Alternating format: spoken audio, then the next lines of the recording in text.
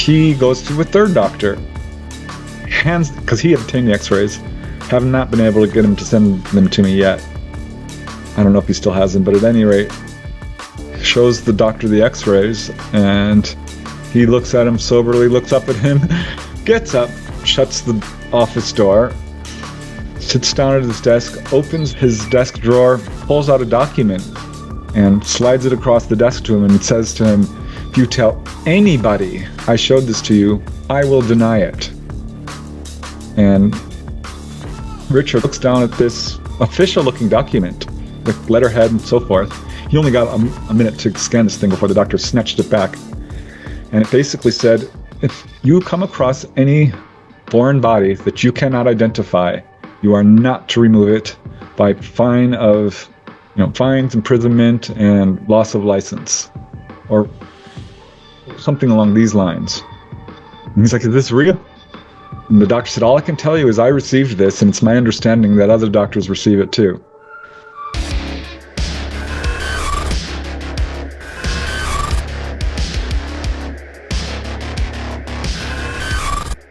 Welcome back. I'm here again with Preston Dennett. Preston, welcome back. Hey, Sean. Hope you're doing well. I am. Okay, so implants. I don't even know where or how far back to go, but in your research, what are some of the earliest instances of, and by the way, well, I might as well start with a definition. When we talk about implants, what exactly are we talking about? Yeah. ET implants. This is something that's been reported fairly consistently for a long time. Gosh, I'm not sure what the earliest case would be. Betty and Barney Hill was the first case of, an onboard experience that got a lot of publicity, though we now know it was occurring years before this. I am not sure what the first case of reported implant is. Now you got me curious. I'm going to have to look that up. But I do know that this was something that was talked about probably, let me think here for a second, at least as back as the late 80s, early 90s. Whitley Strieber, of course, reported it in his book Communion, which came out in 88, I think. So 87. Wait, no. Yeah, 87. All right. So it goes back at least that far. I know Bud Hopkins talked about it. Certainly the Betty Andreasson case, which goes back even further, that did come up. So I'm not sure the earliest one, but it really kind of ramped up when Dr. Roger Leir released his book, The Aliens and the Scalpel. Now, an alien, I don't like that term, an extraterrestrial implant is considered to be a foreign body of unknown origin that's placed somewhere in a person's body.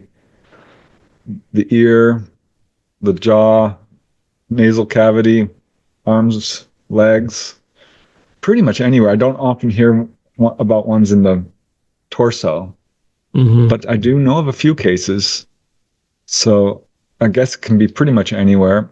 They are of various descriptions, anywhere from small bead-like object or even upwards of maybe marble-sized. It's often a rod with little wires on the end. A cantaloupe seed. Dr. Roger Leir said he removed a number. I think he ended up doing 24 surgeries and removed some of these objects, and they looked absolutely identical. A number of these cases, people connect their onboard experience, a procedure, onboard UFO, directly to the sudden appearance of an implant. Very rarely are there what we would call a entry wound, I guess. It's, the skin above the implant has no markings on it. That's not always the case. Some do have a little healed up scar. So that is an ET implant. It's something that causes no foreign body response in the body, which is unusual. And sometimes it's visible on x-rays, not always, sometimes only on MRIs. Is perhaps could be partially biological. Definitely can seem to move around a little bit. I think we can talk about that. But magnetic in some cases. In some cases, Dr. Roger Leir was able to measure electromagnetic, radiation of some kind coming from these objects. What exactly their purpose is a matter of some speculation and controversy and, of course, study. But I can tell you I'm not sure I would call it first-hand information, but for the contactees, it is first-hand, because they were told directly from the ETs the purpose of these implants. But I've come to believe, having interviewed so many contactees, that the vast majority of these people probably have them, might not be aware of them. Almost always it's when they go to the dentist or the doctor or have some condition, broke a leg perhaps, that happened to one guy, and they find these little rods or these little marble-like objects or BB-sized or what have you in their body. So yeah, these are ET implants.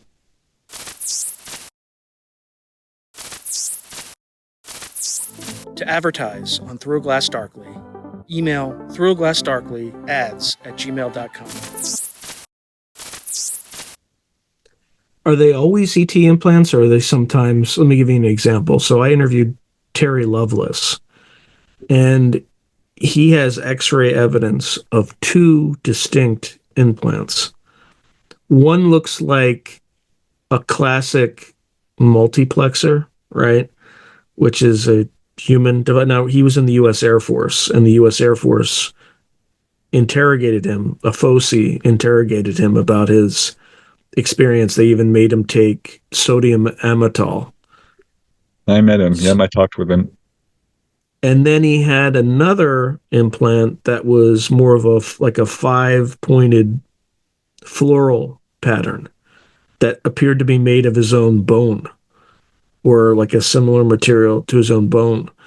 So when I looked at those two and I thought about kind of the timeline when multiplexers may have been more prevalent in the semiconductor industry, it was a little bit earlier, but that doesn't mean the Defense Department didn't have something like that. So my guess would be that someone in the Air Force implanted him with one of those devices and then to kind of track him whenever ETs were taking him. And then the other one was related to the ETs themselves. And I think when he went to get them removed, both his, I think, knees had been operated on before he had a chance to get to that doctor. So the interesting part about that is that's not it was only in one of his legs. So that's not a mistake, I think, that NHI, let's just call it, or ETs would make. I think the Air Force had something in there, and they just like, oh, which one is it? I don't know. let's just operate on both knees and take it out. And then I think the other one had been removed too, but he has documented evidence on X-ray of these things. Yeah. Anyway, that's just my theory, and I told him that was my theory.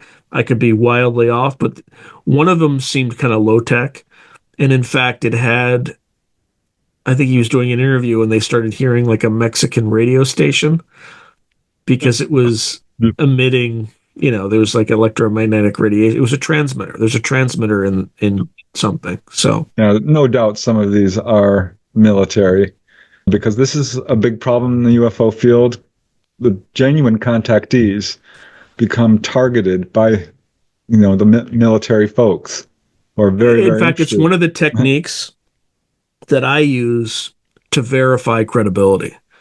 So it doesn't mean if they're not followed by the intelligence community, it doesn't mean that they're not credible. It just means that the probability of that event having happened is much more probable if the intelligence community instantly latches onto them. Like they did, like Bledsoe has a very fantastical story, but the intelligence community showed up on his doorstep almost on day one. Yeah, it's a real problem. And contactees, of course, are being surveilled. Well, let's face it, UFO researchers, I'm sure they spend a lot of time, money, and energy monitoring everything that goes on in the UFO field, including probably this podcast. Because I've caught, like this past week, I'll do this really quickly because this is people want to hear you, they don't want to hear me. But you're very familiar with YouTube since you have a channel. You know how in the comments you can kind of filter for I haven't responded yet? Well, there was this commenter who didn't appear on that filter. I keep running across that too. And they're not nice comments sometimes. 100%. So what these fools don't understand is when you don't filter their comments, you end up, but you can still, if you just go to all your comments, you can see all their comments in the aggregate. So when you're going through it at one time, you can see specifically what they're commenting on. And what that does is it portrays what things are over target, let's say, and which researchers are over target.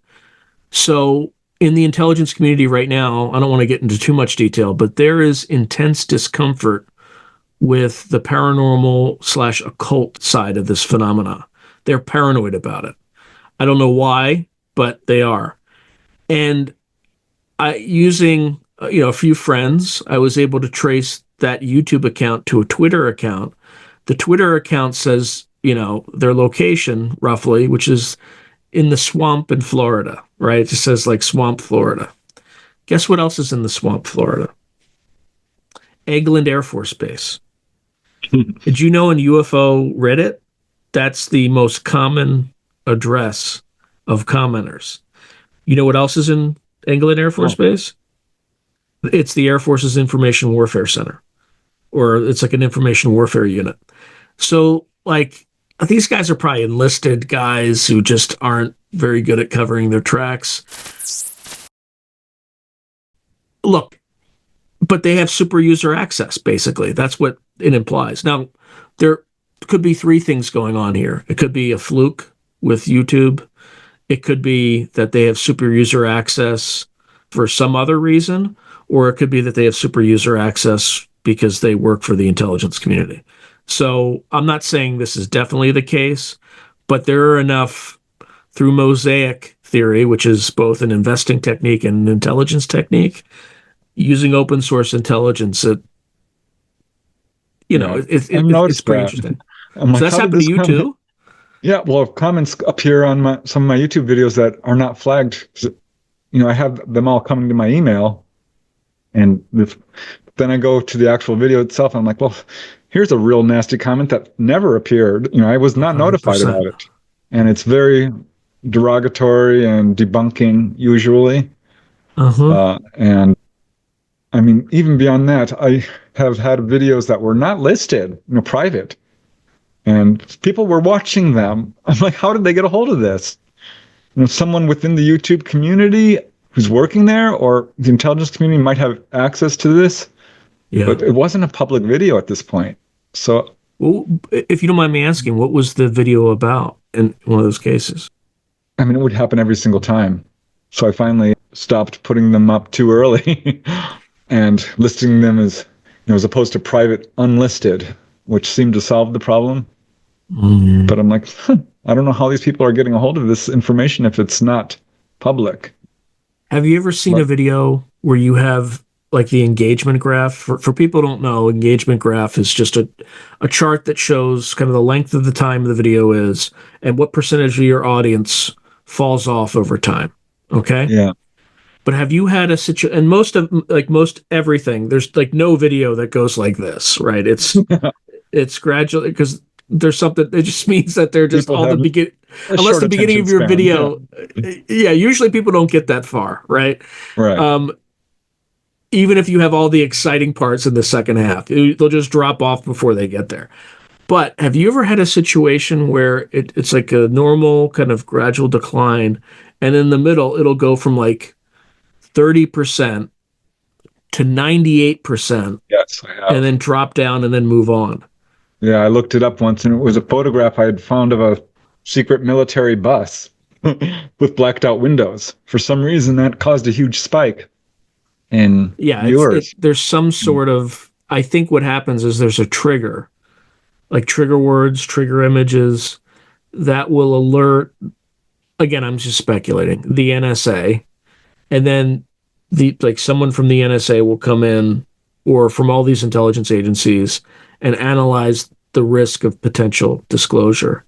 So it's kind of happened to me once or twice. And the one time it happened to me, I didn't even notice in the interview that my guest said what he said. But he was like a long-term stringer, i.e., kind of worked for MI5 and MI6 for many years. And he just casually said, yeah, they have the capability to vote in somebody's name. And that's encouraging.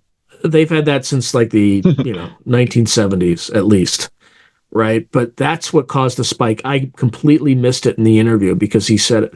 The only reason I knew about it is because of that spike.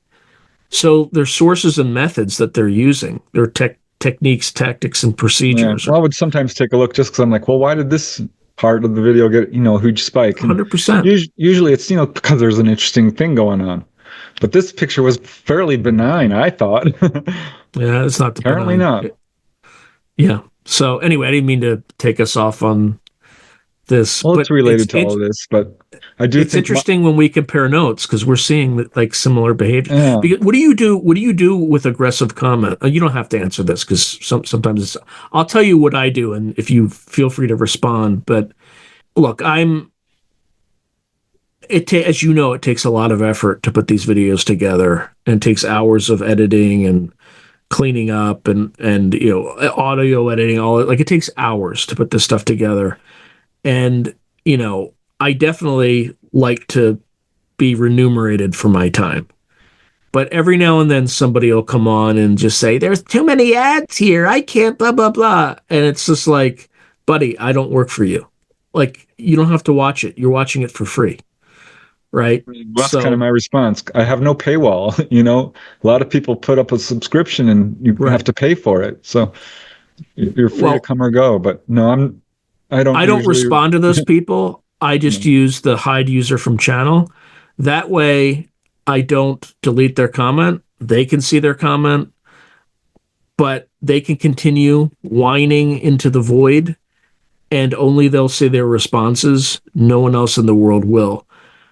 And I do that in a pretty disciplined fashion because, look, this channel's here to inform and to entertain.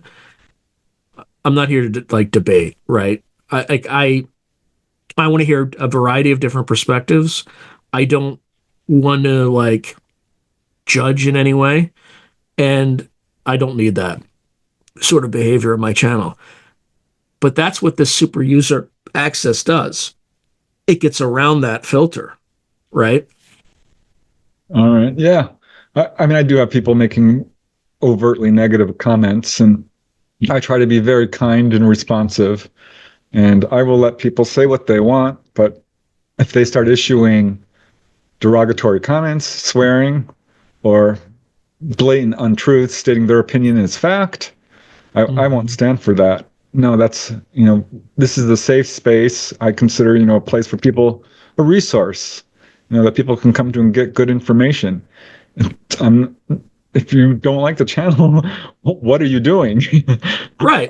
Why are you taking time to comment on it? Right. They'll say something really bad, and I'm like, thanks for watching. And that's kind of my response, because that lets them know, okay, you are watching it. So, but, no politics, no swearing, none of that. But I do want people to be able to express a contrary opinion. And I'm fine with that. I'm fine with that. It's when they talk about certain things that have nothing to do with the video, where they're like, well, they'll insult my guest, or they'll, a common one, and I'm going to get it for this one, right? So it'll be like a meta comment. You're talking too much. You're not letting Preston talk, and it's just like, okay, we're great. Having a conversation. Both people get to talk. That's the way I look at it. And by the way, we're not talking about implants, but I think personally this is the most interesting part of the conversation right now, because we're learning about the sources and methods that the intelligence community uses. Because I thought maybe I'm crazy, maybe I'm just looking into this too much, but you're seeing it too. You're seeing this super user access that these people have. So what does that tell you? It just goes to show, that this subject is being closely monitored. Yeah, it's real. I mean, not all of it's real. Like, there's a lot of disinformation, but like, we're talking about things that are relevant, and they're trying to manage a narrative. So, Well, I let's see would. if there's any spikes here when we're talking about this in the I don't think we're analytics. talking about anything too sensitive, but it'll be interesting. Yeah, if I see any spikes, I'll definitely share them with you in my audience because I do. I share that stuff. It's Yeah, but going fascinating. going back on track, with Yes, yes. what's the gentleman you mentioned, Loveless, Terry Lovely. Loveless. Yeah, I, I think he agrees that to some extent he probably was, quote, my labbed. yeah. And I think this happens to a lot of contactees, and some of these implants are probably government. Vast majority, I'm going to say no. Having talked to a number of contactees, again, I think a good majority of them do have these things. And from what I understand, I found out very early on, because there's all kinds of speculation about what are these things for.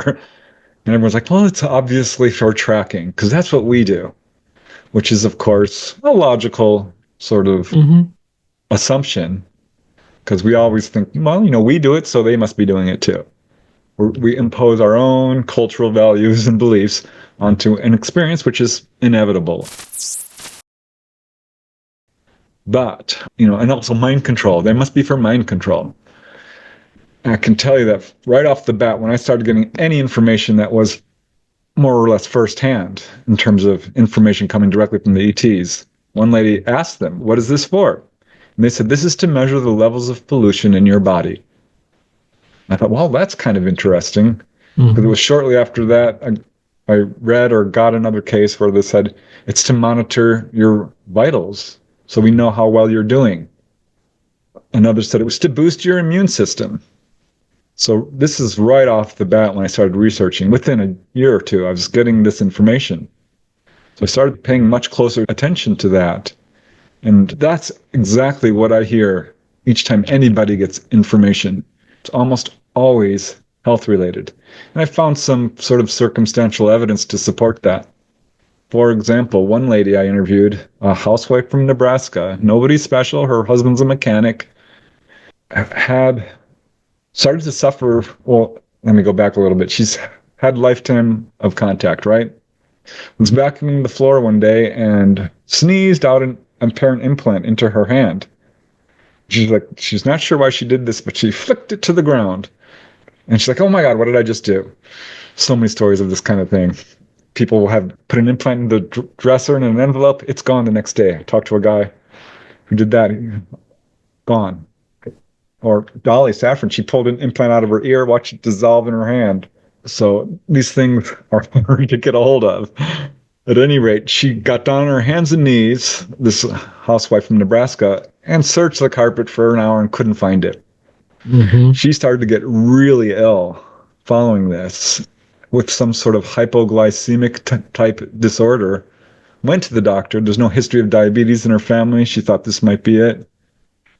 She had gained some weight from a previous pregnancy and started losing it rapidly and became quite thin and was reaching the point where she was fainting 3, 4, 5 times a day, had to carry around orange juice and a peanut butter sandwich, and was just having a real difficult time with it. The doctors prescribed vitamin cocktails and all these blood tests, but could not figure it out. And finally, she's getting to the point where her health is becoming dangerous, right? In terms of survivability, when she's going to the kitchen to get, her glass of juice, and boom, she's no longer in her kitchen. Not sure how she got to this place, which was a vast auditorium-like structure with, she said, industrial carpet on the floor. So this doesn't look like your typical UFO. Could be hard to say because ETs can sort of manifest in environments that people feel comfortable in. I've got other cases where people, thought it was their living room even, or carpets or what have you. At any rate, it didn't appear like that because she was in a cubicle on a table. Right across from her was another cubicle. She peered over. There was hundreds of cubicles. Big dome ceiling with indirect lighting. So it's all lit up, but coming from what source? This is a detail commonly reported with onboard experiences. At any rate, she sees this guy. She's very disoriented. And this guy sitting on the table across from her is also very disoriented, wearing a plaid shirt, She's like, what's your name? And this is his real name. He said, my name is Cooper. So, Cooper, if you're listening, you remember this, contact me. And they're trying to orient themselves. He's like, how did you get here? And she's like, I don't know. I just woke up here. And they're both very, kind of shocky and disoriented and afraid, a little bit, concerned, obviously. And she peers out the down the corridor, the hallway there, and sees something that really frightens her. It's a 9-foot tall humanoid. So this guy was not human. I don't care what anyone says, he was not human. His chin was massive. He had an enormous forehead. He had real dark, large eyes, was wearing a shiny black jumpsuit with what appeared to be a cape, comes straight towards her, goes into her cubicle and says, okay, Jill, that's not her real name. Okay, Jill, it's your turn. That, of course, set her off. And she's not a really religious person, but she said, I know the Lord's Prayer. So she started reciting it, and this guy takes his cape-like thing and 3 silver bell-like instruments and places them on her, torso in various spots over her pancreas, as it turned out, she thinks, and wrapped her up in this, quote, cape. She could feel electrical impulses of some kind that weren't painful but were uncomfortable, coming from these bell-shaped instruments. And she's fighting the whole way and screaming and passes out.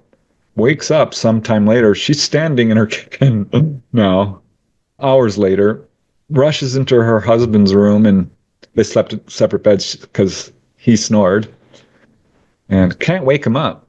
She's got 3 kids, goes into each of the rooms, cannot wake any of them up. She does this for half an hour and finally wakes up her husband. He is absolutely dazed and disoriented as well.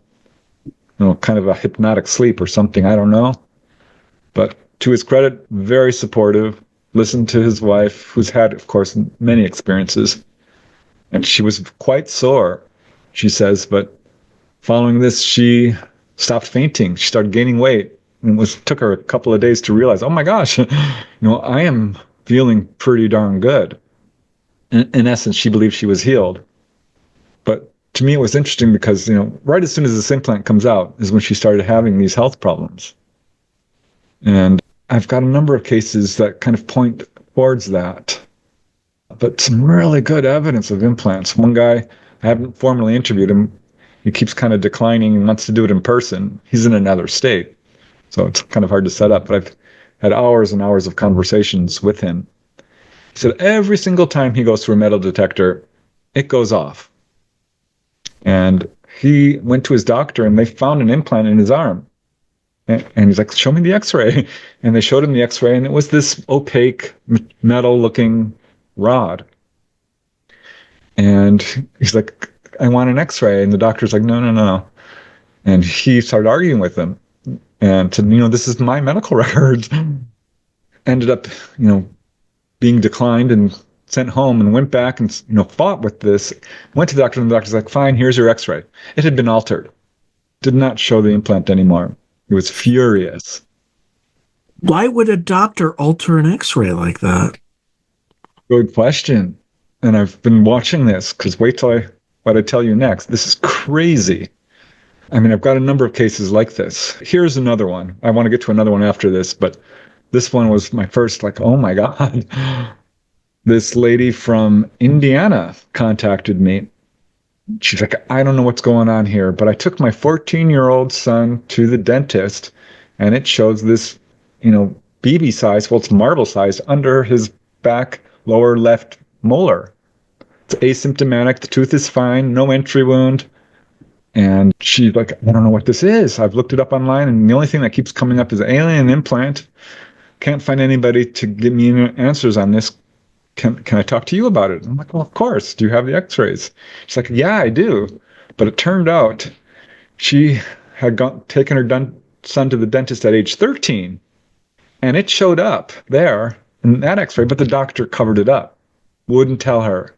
Didn't say anything about it. She had the devil of a time getting her x-rays and had to essentially threaten to sue them, but got them, sent them to me. She sent me a good number of them, because this appeared in repeated x-rays.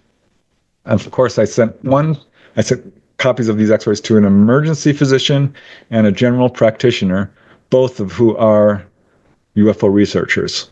So they have some familiarity with the subject, and both said the same thing. Did he shoot himself in the mouth with a BB gun? And of course, he says, no, he didn't do that. And his mother's like, no, I would have remembered that. And I pointed out, like, this is not a BB. Look at the size of this thing. It's bigger than certainly your average BB. It would have shattered the tooth. And they said, well, it's clearly metallic. It's opaque. It's artificial. It's perfectly round. He had his wisdom teeth removed, and the doctor's like, please let me take this out. He's like, no, no, no. The kid would not talk to me. Personally, he's 14, and he was very shy, slightly autistic, really an interesting fellow. He's very psychic and super smart. But his mom was talking to me, and she had some history of encounters, but barely. Some dreams and stuff. And I'm like, well, ask your son if he's seen a UFO. And he denied it.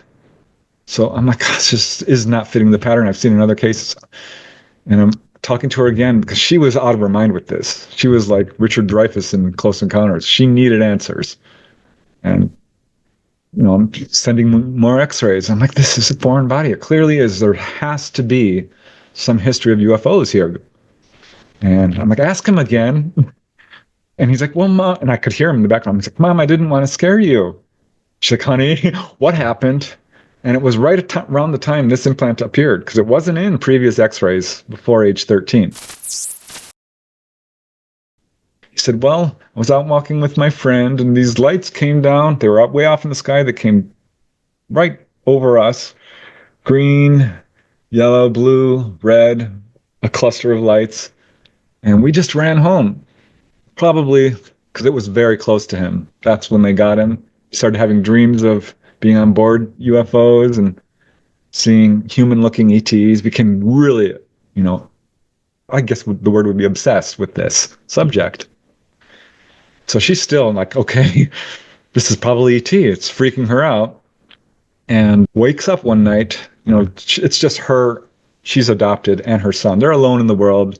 She's not well employed. She's on welfare. They're having a difficult time. She had a very abusive childhood. Mm-hmm. And he's a very sensitive kid. So she woke up one night. They were sleeping in the same room because he's nervous to go to bed at night. And they sleep with the hall light on. And she woke up, and there were 3 grays. 2 were by his bedside, and 1 was at the door. She said it came right up to the doorknob, which gave her a fairly accurate assessment of its height, which was 3.5 feet. And it looked at her and said, everything's fine. You don't have to worry. Your son is okay. And just basically repeated that message over and over again. You have nothing to worry about. We're working with your son.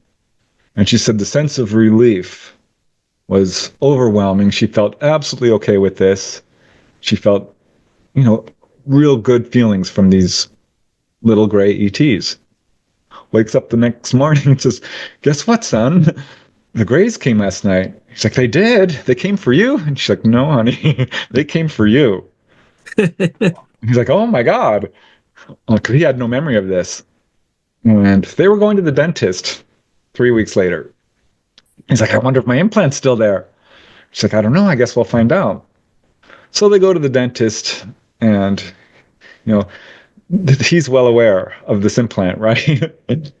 It absolutely freaked the whole office out. He called in on the other, it's just practice, right? He called in 3 dentists. One of the dental assistants had to sit down. They sent her home. She was too upset over all this because the implications of it.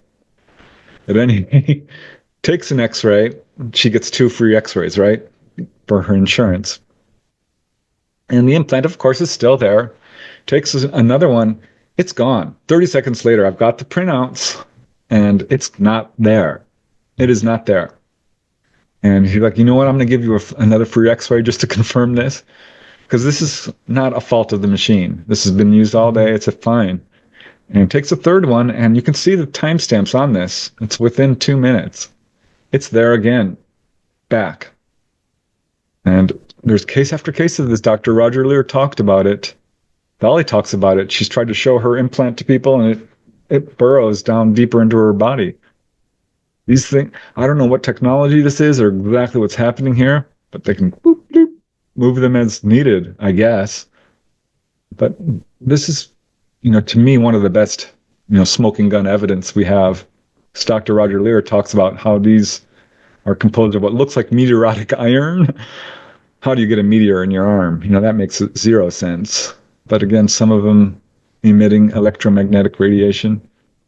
I'm more disturbed by the doctor altering the physical evidence. Well, get this case. This one freaked me out.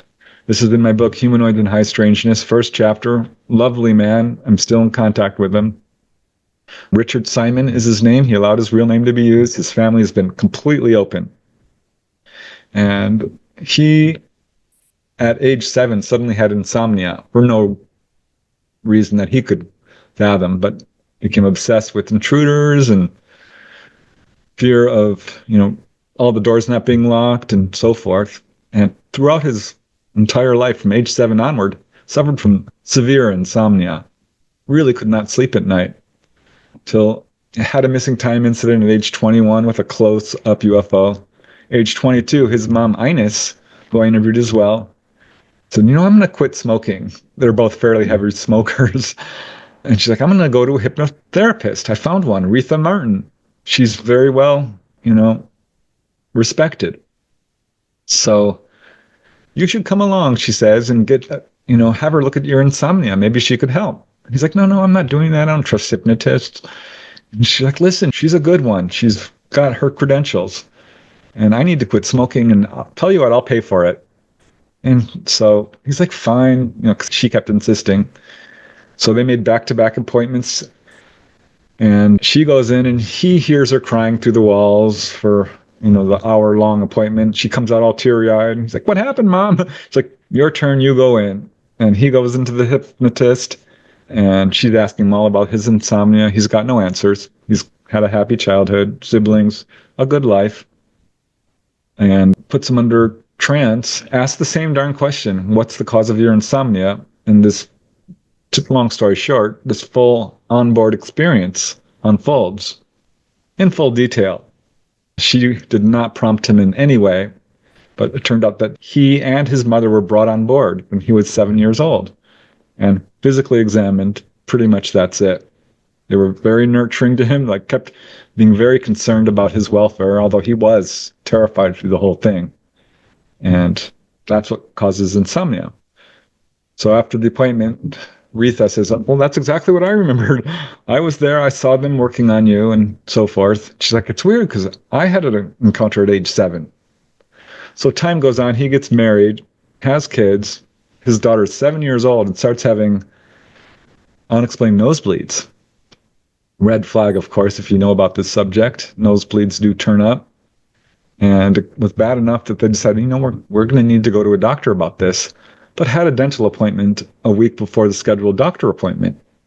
And the dentist comes running out with the x-rays, furious, and says, what's this? You told me your daughter didn't have any surgeries or implants. And he's like, she doesn't. What are you talking about? And the doctor held up the x-rays. What the heck is this in her sinus? And it was a quarter-inch long rod with little wires embedded into the tissue, way the heck up there. And he said, I don't know, it looks like an alien implant. And the doctor was not amused. And basically said, well, because he's like, I don't know what it is. What is it? Richard's asking him. And the doctor's like, I don't know what it is, and became strangely dismissive about it. He's like, I want you, this should come out. He's like, she's fine. Just forget about it. Why would you want to do surgery on this little girl? Pay no attention to it. Which really bothered Richard, of course. So he's like, fine, if you're not going to help me, I'll find someone who will. Went to the other doctor, and the doctor was same reaction. Don't know what it is, don't want to talk about it. Leave it alone. She's okay, right? The nosebleeds had stopped at this point. What time period is this? Is this recently? No, this would be some 1978, thereabouts. I'd have to look it up. What part of the country was this in? This was in, give me a second, Cincinnati. So wait, I'm not even done yet here. So that's, I mean, it's in the same state as Wright-Patterson Air Force Base, but anyway, Yeah. continue. But I mean, so time goes on. His daughter grows up, right? Or no, wait, I'm rushing forward. He goes to the next doctor, like I said, and the doctor's again dismissive. And so he's getting infuriated. It's like, I want this out of my daughter. He's like, no, no, no, we're not doing that. Just don't pay attention to it. Let her grow up when she's an adult. Let her deal with it. And he's like, well, fine, if you're not going to give me any answers, I'm going to find someone who will. Wanted to contact Roger Lear, but he had just passed away. So that will give you a timeline here. I think it was 90s. At any rate, he goes to a third doctor, because he obtained the x-rays. Have not been able to get him to send them to me yet. I don't know if he still has them, but at any rate, shows the doctor the x-rays, and he looks at him soberly, looks up at him, gets up, shuts the office door, sits down at his desk, opens his desk drawer, pulls out a document, and slides it across the desk to him and says to him, if you tell anybody I showed this to you, I will deny it. And Richard looks down at this official-looking document with letterhead and so forth. He only got a minute to scan this thing before the doctor snatched it back. And it basically said, if you come across any foreign body that you cannot identify, you are not to remove it by fines, imprisonment, and loss of license, or something along these lines. And he's like, is this real? And the doctor said, all I can tell you is I received this, and it's my understanding that other doctors receive it too. I've not been able to verify this from other doctors who I've talked to. So I don't know the extent of this, but he snatched... Why couldn't he talk about it? Like, if he just received it, why couldn't he talk about this document? Did it say, like, you're not supposed to disclose it in the document somewhere? I believe so, yeah. But, I asked these questions, and he says, I'm sorry, I didn't get a good look at it. He snatched it back and put it in his drawer and says, I'm not talking about this, but this is why. Probably our government is deeply evil. I mean, this is horrible. Yeah, I would like to know, get better verification on this. But given that this other guy had his x-rays altered, and I've talked to other people who've had real hard time. One guy had an implant removed from his foot, and the doctors would not give it to it. They said, oh, we threw it away. They were all abuzz about it when they pulled this thing out of it. Because he was a kid, he broke his leg in playing football. And they're like, oh, you've had surgery on your foot before. It's like, no, I haven't. What are you talking about? So, I don't know. And I've got a number of stories like this. And just to close this off, and because this is somewhat of a tangent, but this 7-year-old kid grew up, got married, had UFOs flying over her house, had a 7-year-old daughter. 7-year-old daughter's like, Mommy, this bald monkey man is looking in my window. He came into my room. And so that's 4 generations, all at age 7, of this family having contact. We know that they follow family lines, but so that's kind of a tangent, but still interesting. Yeah, Dolly Safran, she showed me evidence of her implant. One of the few that she says is not directly health related. She says this is actually, it's in her hand, helps her to connect to the craft which she pilots using, psychic abilities, as other people have told me. So there are probably some other uses for these implants, because a few have told me the ETs told them it's to facilitate communication. One guy, a Navy Marine, auto worker, good guy. He worked real hard for workers' rights, really a moral, upstanding man, so that anytime he'd be watching TV and there'd be this major news story, he could feel the implant beeping or going off. Another lady who ended up asking the ETs about it, so that whenever she became intimate with her husband or had strong emotional feelings, she would get this tinnitus in her ear. And it was really bad. She went to the doctor thinking, is there an insect in there? Which obviously it wasn't, because it persisted for over a year. And was not diagnosed with tinnitus. Ended up at one point taking a super powerful magnet, a mega magnet, up to her ear and caused excruciating pain. So she quickly put that away. but had a full-on conscious conversation with this Gray, who introduced himself as Sen, and she, are you coming to take over our planet? And he said, no, no, no. We have zero interest in taking over your planet. It's far too polluted. It's so overpopulated. You guys are so aggressive. We can barely stand to be around you.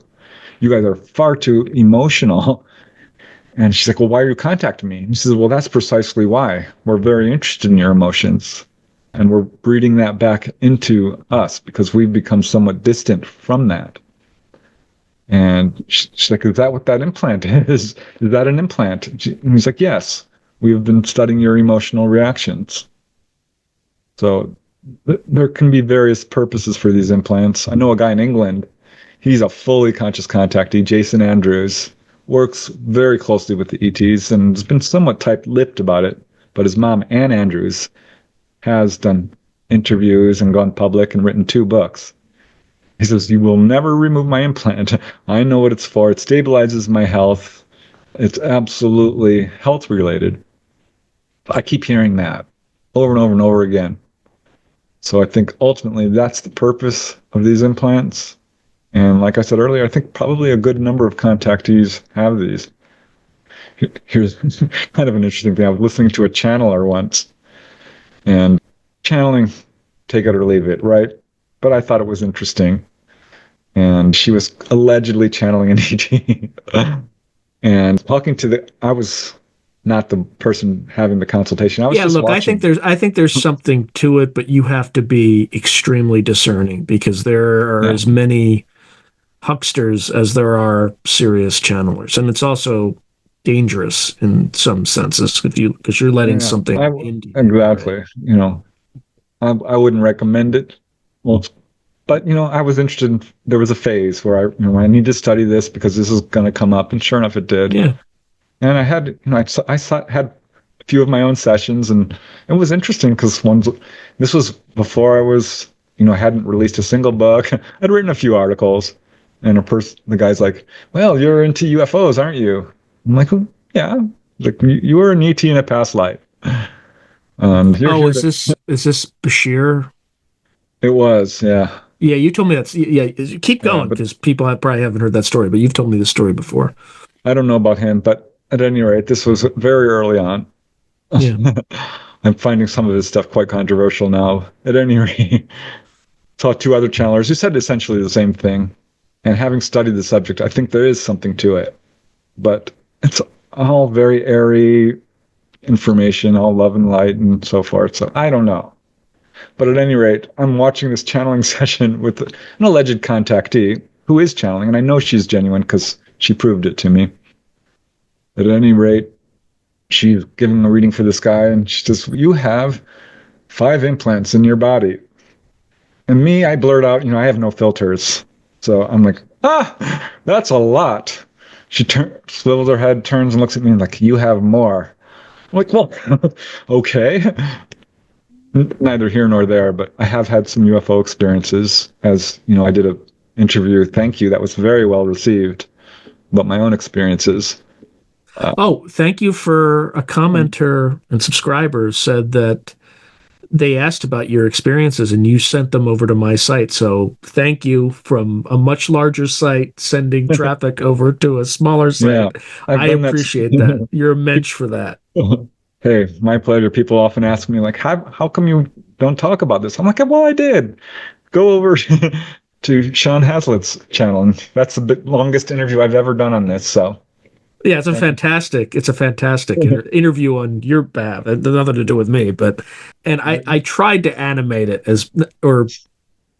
have some graphics in it as best I could to try to depict some of the situations in it. But I enjoyed editing. Absolutely comprehensive, but I remember some other stuff that I didn't get to share with you. So at some point, I'm going to do a whole thing myself on this. But yeah, you should get the views on your channel talking about it. Happy to come to your channel and then interview you on your own experience, and then you get all the views, right? So. Hey, I appreciate it. But yeah, the implant thing is for Daryl Sims. He's done quite some work on this.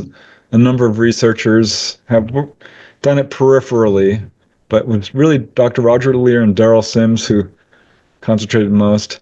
Daryl Sims, he's a former CIA guy. From what I understand, he's a delightful man. I've only spoken to him very briefly, but I always kind of a little wary of people from the intelligence community. And I know that he takes a somewhat darker view of ET contact, which also raises, some questions for me. Because you have to keep in mind the mindset of people in the defense establishment, right? They're all about identifying and assessing threats. So they're going to have a filter that they put on everything. So, which can lead to incorrect conclusions, but sometimes it can also increase that level of discernment, because you should never take things at face value that anybody tells you. Yeah, right? From a military perspective, I totally get, like the Malmstrom incident where they shut down our intercontinental ballistic missiles, which from my perspective is absolutely just a message: stop messing around with nukes. But from their perspective, you can see how it's horrifying. Yeah, it's horrifying, because what if the Soviets launched now? Like, North America would be a hulking radioactive wasteland, and Russia would just be just fine. Right? Yeah. Well, I'm not sure they would be fine, but they wouldn't be just fine. But you can understand like how that would induce a dramatic amount of paranoia. Yeah, right? I'm fully aware of it, but I think all of us have to take great efforts to step back from our own belief systems and preconceptions, and really take an objective look. Objectivity is really difficult for people. Especially when there's objective, but especially when there's so much misinformation, and like we don't even have a stable ground upon which to stand in terms of some of the narratives that are out there, or actually almost all of them. I'm occasionally accused of being Pollyannish when it comes to people's UFO encounters. I'm like, listen, I'm reporting this facts only, because they're using words that are very triggering words. Like, I don't even want to say them because it's somewhat vile when it comes to describing things. I'm like, I never said that. The experiencer never said that. This is you, and I will accuse people. You put that word in their mouth and my mouth. I never said that. Because they're very fear-based, and fear is a huge problem in this thing. I'm like, please just step back and look at what I said objectively. Take a second look at that. Where did I say that? I'm very careful to just report the facts only. I know I've asked you this before, but I can't remember what your response was. So the one thing that makes me skeptical of the benevolent, not thesis, but, and again, I'm perpetually on the fence, but when like Dolly talks to ETs, NHIs, whatever you want to call them, or when you kind of aggregate your research, why do they do this surreptitiously? Like when they abduct, or when they have these onboard encounters and things like that and take people up to their craft, why is it all surreptitious? Well, I would ask you to define that. In what way would you say that it is surreptitious? So there's never been, well, I shouldn't say never been, but we haven't seen something where ETs show up at the White House and kind of formally establish their presence. And they take people up into the craft, oftentimes without their consent, right? And they're, very difficult to get pictures or physical evidence. When you try to remove implants, as we discussed here, they dissolve. They attempt to not, find ways not to be discovered or to provide physical evidence. It's a common theme. So why? I can address this. Yeah. As far as the White House lawn, well, that did kind of happen. 1952, the Capitol flyover, and our reaction was quite hostile. And we tried pretty to much shoot it down. Always has been. Yeah. And as far as formal meetings with world leaders, there's some good evidence that has taken place. And I would point to, of course, the Edwards Air Force Base, 1952 February. encounter with Eisenhower and world leaders in business and religion and politics and science and rocketry. We're all there. This is a fairly well authenticated event. And so I think that, there's some indication of that not being a singular incident either.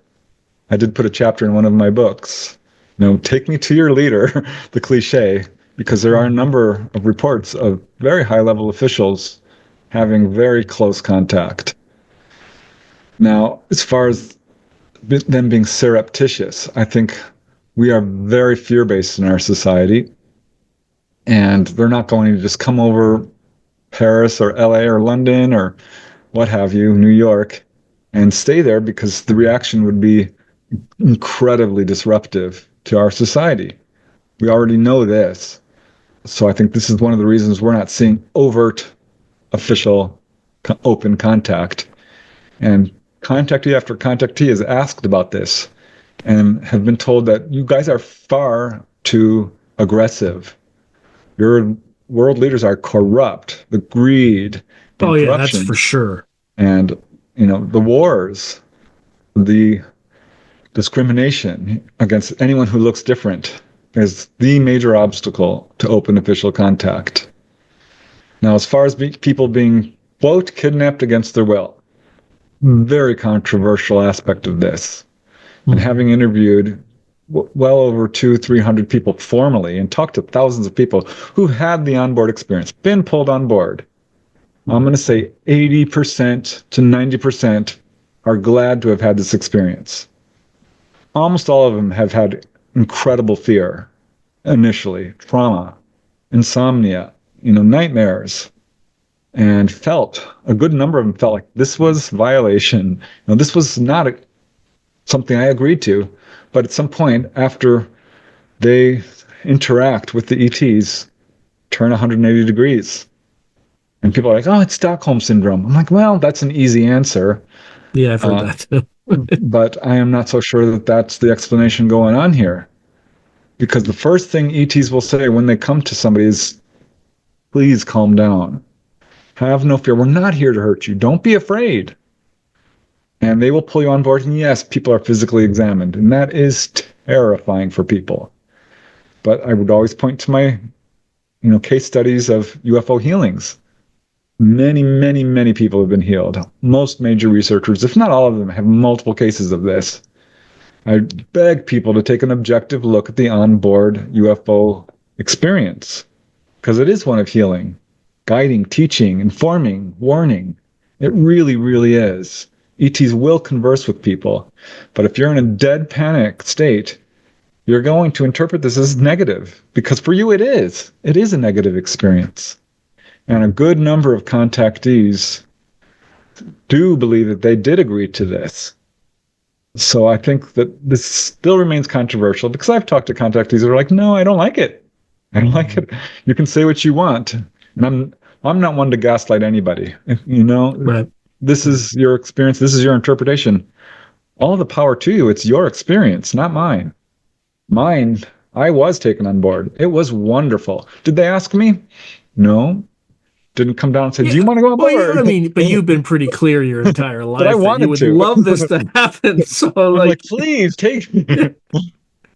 And people are going out there and they're trying to call them down, and then boom, they're pulled on board and they're like, oh my God. One lady I interviewed, Pat Brown, talked to a channeler. And she's like, are you really ETs? I'm like, oh, yes, we are. And I said, well, I want to go on board. She was pulled on board and she was unhappy about it. Really unhappy, and had a year of trauma until she finally said, I'm done with this. I don't want the fear anymore, and ended up having very interactive, deeply spiritual experiences. So there's a turning point where people, this usually happens late in life for people like, say, Whitley Strieber didn't even know he was having contact. Dolly woke up at age 14. Prior to that, wasn't a whole lot of fun for her. But at age 14, she woke up to it. She remembered. She was able to talk to the ETs. And I know of another case where the lady had, was age 25 or something, and a gray showed up in her bedroom, and she started talking to it for the first time. And they said, oh, this is wonderful. You've overcome your fear. We should celebrate. This is wonderful. And I was so happy, and it was a wonderful experience for her. So this is such a delicate subject because I don't want to anger anyone who's like, how dare you? This is horrible for me. But a lot of people say no. And if I use the word abduction with these people, they lose their minds. This is why I term it onboard experiences or contactee. Now, some people do prefer the term abductee, and no, I don't like this, and I feel like it's against my will. But I can tell you, in my studies, the majority no. So I don't think it's surreptitious in the way that it's nefarious in intent. But I think that there's an element of that because we're so darn hostile. And we have a fight or flight response. I did a whole chapter on this one in my Not From Your books, where people have punched the ETs right in the face, kicked them, killed some of the little guys, and this sort of thing. Travis Walton, he's a good example of this sort of pattern. He's taken on board, fought them the entire time, and now says, you know what, I think they actually saved my life. I honestly think that's what happened. Right. So, this deserves more study. And if you remove fear from the equation, you start to get a much clearer look at what's going on here. And I beg people, don't believe me. Take a look at the contactee accounts, ones that you trust, not my labs, because you have to be careful here. There are negative experiences, which I don't think are ET. Mm-hmm. When the ETs are warning you about pollution and, destruction of the environment, when they're saying, this is what's going to happen to you in your future. You're going to get a raise. You're going to meet this person. You should move to this city. This happens over and over again. They'll take you to the engine room. Here's how we power our craft. You don't need fossil fuels. You should look for different sources of energy. Over and over again. This happens so often. They will turn the craft transparent or part of it. Like, look, there's a star field. Would you like to go to the moon? How about Saturn? Do you see the Earth down below? It's very you're okay. Here's where we come. Here's a star chart. It's not just Betty Hill saying this. I hear it a lot. They will put you in the pilot seat. Dolly talks all about this. I have previous cases, Grant Cameron's book. You can see I'm passionate about this because I get pushback on this. Mm-hmm. No, they're not here to take over or intentionally harm or scare people.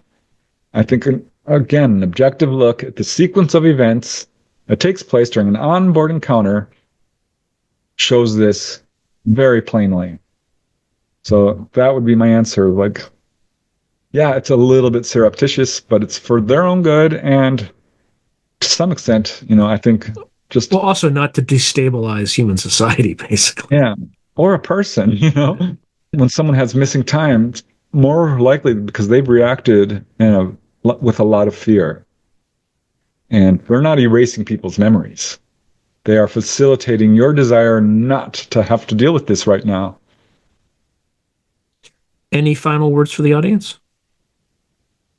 Well, thanks for giving me this opportunity. This is far, far more common than people realize.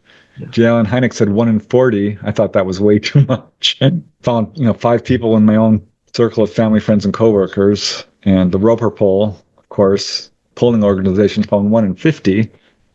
So it's far more common. This is something that really needs to get more attention paid to it. Because yes, we have congressional people and people in office talking about this in a very serious way.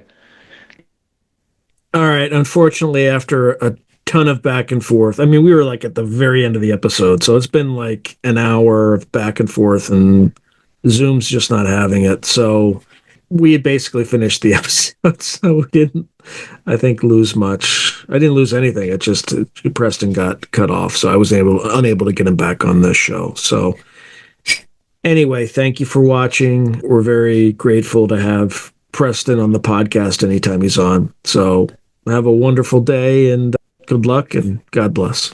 Thanks. If you enjoyed today's video, please hit like and subscribe, and also hit the notification button so you can be notified whenever I post new content. Thank you. Now, if you're enjoying the channel and you want to support it, there are several things you can do. In fact, there are 5 things you can do. The first thing you can do is just buy my books. I got plenty of books out in the market right now, and I would prefer that folks buy a book rather than giving me direct support, because they get something out of it. They get a real tangible product. The second way you can support me is by becoming a member on YouTube or becoming a patron on Patreon. And just go to either site and it'll explain everything.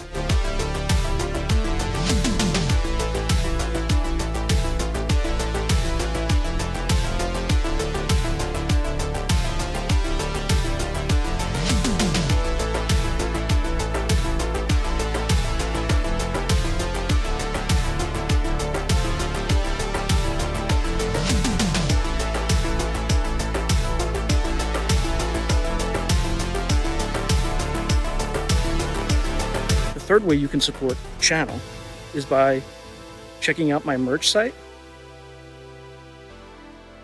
which is here. There's plenty of stuff that you can get to support the channel. And I'd appreciate that you have it and you can wear it. Not only do you help support the channel, but you also help promote the channel, and I appreciate that. The fourth way that you can support the channel, and this is really easy, is anytime you want to buy something on Amazon, literally just go to the description below and click on any link, literally any link. The channel gets a cut of that, and it costs you no extra money. You just go through the link, as I'm part of the Amazon Affiliates Club. The fifth and final way you can support the channel is through donations. Now, I don't prefer these because it's more of an expression of gratitude, but you don't really get anything out of it as a subscriber to the channel. However, if you decide to do these options, there's 2 options. There's Buy Me a Coffee, which is a separate site, and there's also, you can go through YouTube with either a super chat, super sticker, or a super thanks. Again, I prefer Buy Me a Coffee because that organization takes less money than Amazon does. But either way, I appreciate any support you are willing to give the channel. So thank you very much, and keep watching. I really appreciate it.